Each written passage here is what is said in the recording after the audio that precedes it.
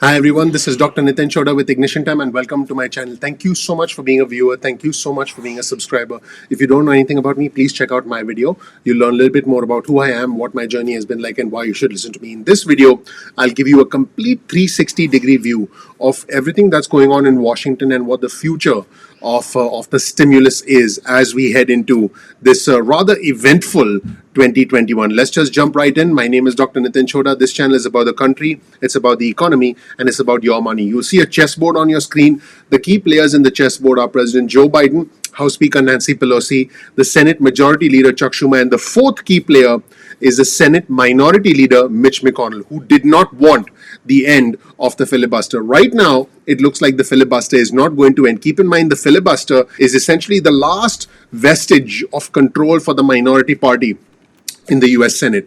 And there are two important Democratic senators who said, nope, we're not going to end the filibuster. These two Democratic senators include Joe Manchin, I call him the conservative Democrat, Joe Manchin, the senator from West Virginia, and Kristen Sinema, who's the Democrat from Arizona. Now, it's likely that there were more Democratic senators who were going to oppose the filibuster, but right now it looks like the filibuster is intact, which, by the way, means that it will be very difficult for President Joe Biden to pass the $1.9 trillion stimulus because, the minority party could just block it. So I just want to set expectations for our viewers and subscribers. The $1.9 trillion stimulus package is very unlikely to happen. The $15 minimum wage is very unlikely to happen because the filibuster is intact. What the filibuster does is it gives the minority party some degree of control in the United States Senate, and now that minority party is essentially the Republicans. So again, you have the Republicans on one side, you have 50 Republican senators, and then you have the Democrats on the other side.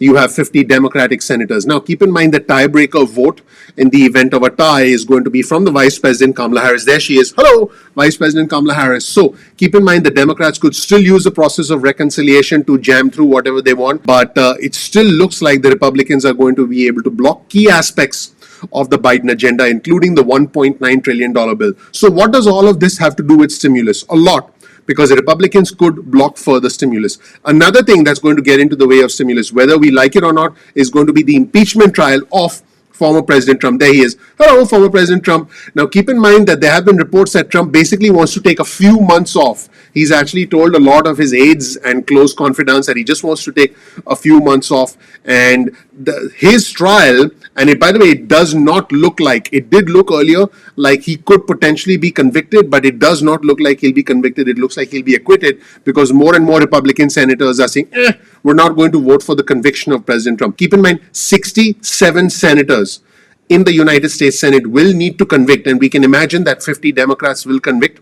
The question is, will 17 Republicans convict? The answer is most likely no. And this also is going to get in the way of stimulus because now the Senate has to work on the impeachment trial, they have to work on President Biden's nominees, and they have to work on stimulus. So this will jam up the works whether we like it or not. So far we've covered two reasons. Number one, the filibuster. Number two, we covered the impeachment trial. Number three, let's get to the most important thing, the timing of the $1.9 trillion stimulus bill. At this point in time, it does not look like the bill will pass before the middle of March at the earliest, simply because of this gridlock, this logjam that exists in Washington. So we have the filibuster being intact. We have the impeachment trial, which is going to suck up all the oxygen in the United States Senate for the next few weeks. And then the timing basically indicates that we're not going to see a stimulus package until the middle of March. And on top of all this, we have point number 4 right here, which is the $15 an hour minimum wage. Guess what? The $15 an hour minimum wage is very unlikely to happen, even though we have proponents like Bernie Sanders pushing for a higher minimum wage, and I will be highlighting some of his comments because he does make sense. There are many of us who don't have a living wage. Earning $7, $8, $9, that is not a living wage. A minimum wage should be a living wage in the United States of America. And now let's talk about point number 5. And point number 5 is executive orders. So far, the biggest wins for the Biden administration have come by way of executive orders. But something tells me that a big win for the Democrats is around the corner. And the reason I say this is I don't believe Democrats are going to wait till the middle of March. I believe they're going to take some more action, some more proactive action. It could be the process of reconciliation to pass more stimulus. It could be more executive orders from President Biden. But one thing is for sure, Chuck Schumer is already lining up with his preferred networks, like MSNBC, and getting the message out there about where he stands and who's boss. Let's take a look at some interesting comments from Chuck Schumer as he was being interviewed by Rachel Maddow on MSNBC. So, folks, let's start by taking a look at the first clip with the Senate Majority Leader Chuck Schumer. He was interviewed by Rachel Maddow on MSNBC, and some super interesting comments here, basically saying that if Mitch McConnell does not play ball, guess what? We're just going to get things done anyway. In fact, the Senate Majority Leader Chuck Schumer specifically says, we told Mitch McConnell what he needs to do, and he said essentially that he needs to play ball with us. Super interesting comments, strong power moves, strong authoritarian gestures, if you will, of power from the Senate Majority Leader Chuck Schumer. Let's roll the tape and hear what he had to say about basically Mitch McConnell being, in so many words, under his thumb. Let's watch. Those negotiations are happening alongside the negotiations about the organizing resolution of the Senate. Well, there's not much we've told McConnell no on the organizing resolution, and that's that. So there's no negotiations on that. We've given him what he should do, which is come to agree to what was done in 2001, which is fair. And if not, as I said, stay tuned. If not, you have a plan in mind that you are not willing to share. I am not willing to share. And how about if I ask again? There are ways to deal with it. Now, the next segment is pretty interesting because it gets a little bit personal. The Senate Majority Leader shares a personal experience of how he was 30 feet away from the insurrectionists at the Capitol. Pretty strong language used by him. He talks about his personal experience on how he, came back to the Senate to do what he was supposed to do, and how these individuals were essentially 30 feet away from him, and how he was whisked away by security. I have to warn you, this gets a little personal, and I wanted to share this with you because it was an important segment of the Senate Majority Leader's interview. Let's roll the tape. First, can I tell you about January 6th? You Please. brought it up. For me, this was an amazing experience. Like Charles Dickens in A Tale of Two Cities, it was the best of times, it was the worst of times. Here's why. Tuesday night was election in Georgia. As it bled into Wednesday morning, I was glued to the TV. I worked very hard for Ossoff and Warnock. I spent 4 months trying to recruit Warnock to run. When Stacey Abrams told me she wouldn't, she said, there's someone better than me. There he was. She was right, as usual. But in any case, at 4 a.m., it's clear they both won. Oh, a majority leader. It's beginning to sink in. But I have to go to sleep because I have to drive down to Washington, get in my car at 8 o'clock, get to Washington, get on the floor of the Senate at 1. Within 45 minutes, a police officer in a big flak jacket and a big automatic machine gun across his way grabs me nicely by the collar and says, Senator, we got to get out of here. You're in danger. I was 30 feet away from those sons of guns. 30 feet away from these nasty, racist, bigoted insurrectionists. Someone told me even during the Civil War, no Confederate flag ever flew in the Capitol. Even during the Civil War. Could you hear them? Could you hear them? Yes. And in the next segment, Chuck Schumer takes a direct shot at Trump and basically says that what Trump did was just unacceptable, was inexcusable, and he calls him the worst president ever. Again, pretty strong comments from Chuck Schumer. It's very clear where the Democrats stand. They want some element of accountability. They definitely don't want to just let this go. Let's hear strong comments from the Senate Majority Leader, Chuck Schumer. You want to unify America? You need truth and accountability. That's how to unify America. And it goes to what you've asked. I don't think you can just say never mind with some of the egregious things that Trump has done. Now, should that be our number one concern? No. Moving forward on the issues we have talked about is our number one concern because there's so much need and demand among average people. We have to show, Democrats have to show that government can make their lives better. And if we can do that, we can change the whole political as well as economic and social dynamic. And that's, as I said, my passion, my mission. The thing I say is awesome in that biblical sense. But we still can look back, and we have to. You can't sweep some of these egregious things under the rug. Plain and simple. Trump was, his act on the 6th was the most despicable thing any president has ever done. And he is the worst president ever. And you cannot just, let's move on. You got to look back. Now, clearly, there's a lot of animosity, as you can tell, and Personally, I believe that the best ideas come about when both Republicans and Democrats work together. I still believe that they should both work together because this way the country doesn't go too far to the left or too far to the right. That is fundamentally what the founders intended, which, by the way, is why we have a Republican president, then a Democratic president, and then we have a Republican Senate, then we have a Democratic Senate. There is this ebb and flow, if you will, every 2 to 4 years. If you look at the history of the United States of America and the history of the party that gains control, loses control, gains control, loses control. Remember, when Trump became president, the Republicans had control of the House and the Senate.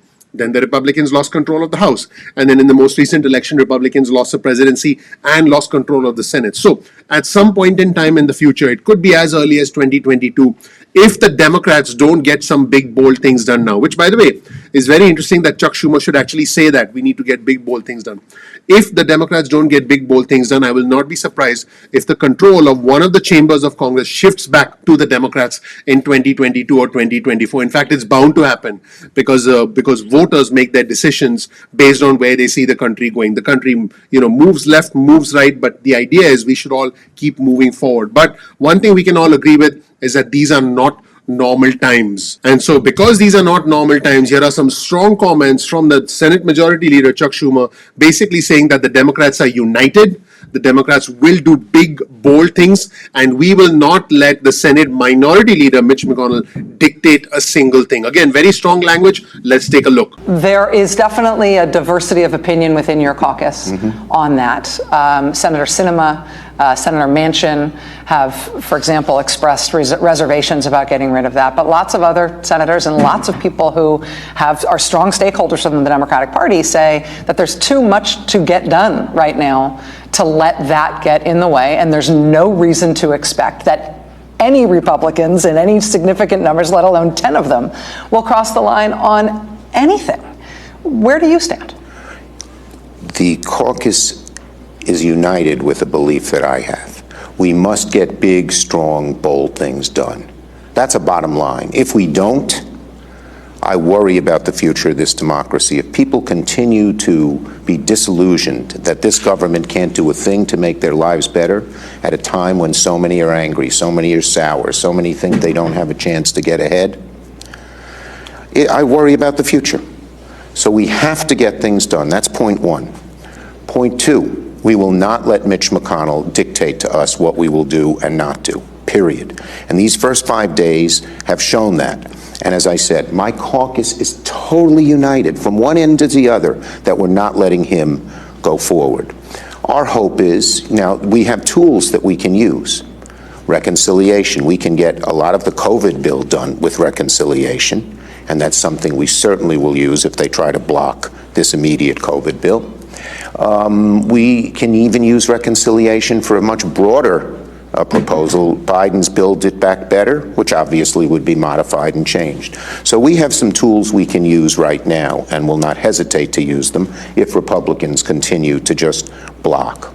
As for other issues, what we're going to do is we are united in the view we need to bring change. We are united in the view McConnell is not going to dictate what this Senate does, and we will come together as a caucus and figure it out. But I can assure you, we will bring real change here, real dramatic change. We have no choice. And in the final segment, Schumer reflects back on some mistakes from the past, some mistakes from the Obama era.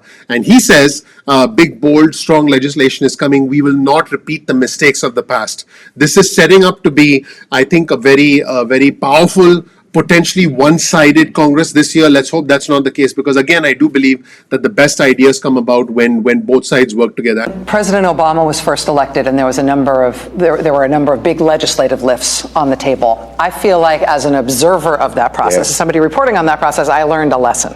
Yes. I watched with Obamacare. With the Affordable Care Act, the Republicans insisted that there not be any single-payer option, there not be a public option, Right. had to be based around the private insurance companies, and they insisted on all these changes that were made for them, and then they didn't vote for it anyway. Right.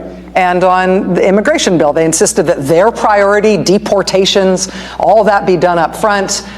President Obama did all that up front, and then they still didn't vote for it. We saw it on the Recovery Act as well. They insisted that the Recovery Act be made smaller and significantly less effective, and then they didn't vote for it anyway. 10 years it took to get, because it wasn't deep enough and strong enough. 10 years. We're not going to make that mistake with COVID. But isn't the lesson there that it's not worth trying to get bipartisan legislation because it will weaken it and make it worse, and they're never going to vote for it anyway? Our North Star has to be the legislation itself. It has to be big and bold and strong. If Republicans work with us to get good, strong legislation, yes. But I agree with you. I've made these arguments in numerous places. Look at 2008, where we spent a year and a half trying to get something good done, ACA, Obamacare, and we didn't do all the other things that had to be done. We will not repeat that mistake. We will not repeat that mistake. You are right. I think of just what you think all along. And it's a different time. I mean, we've had the most authoritarian president around. Look how close he came on that awful day, January 6th. And the antidote is constructive, strong action by us, by the government. That's the answer, so that when the appeals to bigotry and nastiness and divisiveness are thrown at the American people again, which Trump did, and there are many of his minions who want to do it, people will say, no, we're making good progress. Let's stick with this. But if we don't make progress, bad, bad, bad. We can have really bad solutions. Really bad outcomes, rather. And I did mention Senator Joe Manchin. There he is, the Democrat from West Virginia, and Senator Kristen Sinema, there she is, the Democrat from Arizona, who are opposed to ending the filibuster. Again, Joe Manchin, the Democrat from West Virginia, the conservative Democrat, and Kristen Sinema, the Democrat from Arizona, are opposed to ending the filibuster. Again, we need to try to get the opinions from both sides and also within different factions of the same party. That's where things stand right now, everybody. A complex situation here, which is setting up to be a show of force, a show of flexing their muscle, if you will, from the Democrats as we get into the future of stimulus in 2021. I believe that we are likely to see some executive orders or some process of reconciliation to have some form of stimulus passed sooner rather than later, and then potentially another smaller package in March or April. That is where the cards fall right now. Let me know what you think in the comment section below. You'll get a link to all of our resources in the description section below. Thank you so much for watching, everybody. My name is Dr. Nitin Chhoda with Ignition Time. If you don't know anything about me, check out my video. You'll learn a little bit more about who I am, what my journey has been like, and why you should listen to me. This channel, the Ignition Time channel, is about the country, it's about the economy, and it's about your money. I cover the complex world of politics, so you understand all the games that are being played. Here's a chessboard on your screen. The players in the game right now are President Biden, House Speaker Nancy Pelosi, Senate Majority Leader Chuck Schumer, and the new Senate Minority Leader Mitch McConnell. These are the games that are being played. We have to take several different things into consideration in this new world that we live in, which is why I break down the complex world of politics. I help you understand what President Biden is thinking. I help you understand what House Speaker Pelosi is thinking. I help you understand what the underlying agenda and the motivations are of the Senate Majority Leader Chuck Schumer and the Senate Minority Leader Mitch McConnell. I help you make sense of the complex world of politics and help you understand what's going on in the economy so you can make better decisions about your money. If you learned something new from this video, please consider clicking the like button. Please subscribe. Please enable notifications. I would really appreciate that. The name of our channel is Ignition Time. By the way, gently tap the like button. Don't do it in a way where you smash the screen. I don't want that. Let's clear that up. I don't want that. I want you to be happy when you're watching my videos. I want to be able to give you balanced news, real news. I want there to be a confetti-like atmosphere. I want us to be in dance mode. I want us to be happy. I want us to put that crazy, crazy year of 2020 behind us. I want there to be tons and tons of money in your bank account like you see here. I want you to be happy. I want you to be successful. And that's what this channel is all about. You'll find the links to all of our resources in the description section below. So definitely check out our resource section. Also, please comment below and engage with our community. Our community is bipartisan. It's growing very rapidly. And I invite you to engage with our community. There have been many new friendships formed in the community over the past several months. So I'm really excited about that. Also, please share this video with just 2 friends or family members. 2 friends or family members. I would appreciate that. And as always, you're welcome back to the channel. And also, please bookmark our channel, simply go to youtube.com/ignition time. That's youtube.com/ignition time, and bookmark our channel so you never miss a single notification. Speaking of notifications, follow us on Instagram. Our Instagram handle is ignition_time, and also follow us on Twitter. Our Twitter handle is also ignition_time. That's right here. In fact, here's my Twitter feed for you, and you'll see all the latest news stories I'm reading, everything. You'll be able to follow the news along with me, and I retweet a lot of important information in real time, which makes my Twitter feed hopefully a valuable source of information, and that's why it's growing so quickly. So I invite you to follow me on Twitter. Finally, one more time, please click like, please subscribe, please enable notifications. I would really appreciate that. I'm looking forward to seeing you in the next episode of Ignition Time.